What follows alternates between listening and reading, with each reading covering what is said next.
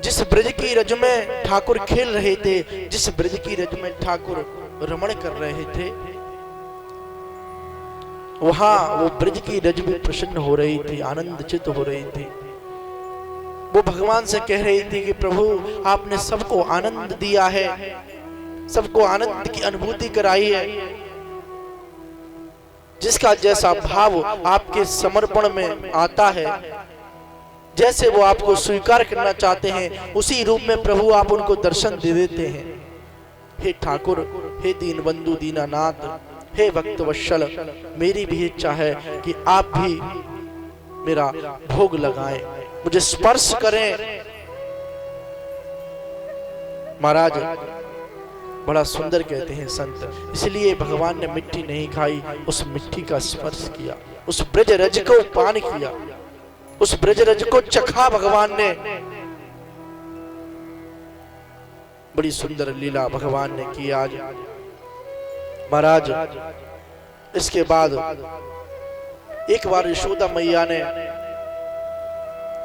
बढ़िया सुंदर सा श्रृंगार कियो, बड़ा आनंदचित श्रृंगार कियो, बढ़िया सुंदर मैया लग रही है, और आनंद होके लाला को दूध पिवावे लग रही है। देखो यशोदा मैया कबू गोपी ते ना कहे, मैया के यहाँ हजारों गोपी थी, इतनी गोपी थी मैया के यहाँ की अगर एक ऑर्डर देती ये काम हो जाए तुरंत तत्काल होता। लेकिन मैया अपने लाला के ताई स्वयं मक्खन निकाले, स्वयं दूध पिलावे, कबू काउते कहू कछु ना कहे।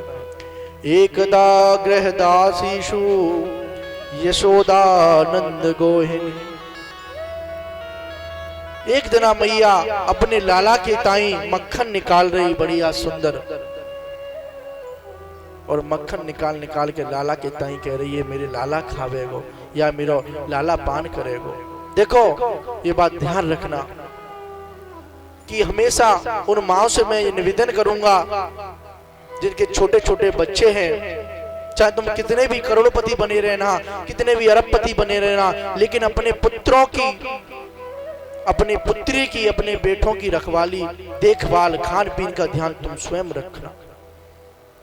मैया की, यशोदा की यहाँ कोई कमी नहीं है, रानियों की, नौकरों की, हजारों सैकड़ों नौकर हैं, रानियां हैं। मैया चाहती तो कह देती मक्खन निकाल दो लाला के ताई। सेठानी मैया इतनी बड़ी, लेकिन स्वयं मैया दही बिलोती है, स्वयं अपने लाला के ताई मक्खन निकालती है।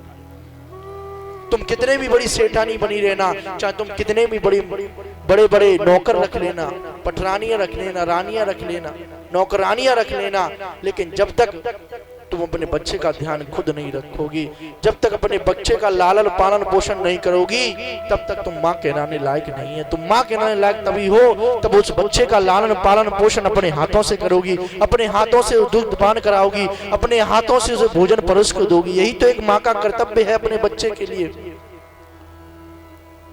माँ अपने कर्तव्य को पूर्ण कर रही है कि मैं अपने बालक को काऊ के हाथ को नहीं खाने दूंगी, मैं अपने बालक के लिए अपने हाथन ते बनाऊंगी, अपने हाथन ते अपने बालक को मक्खन खिलाऊंगी।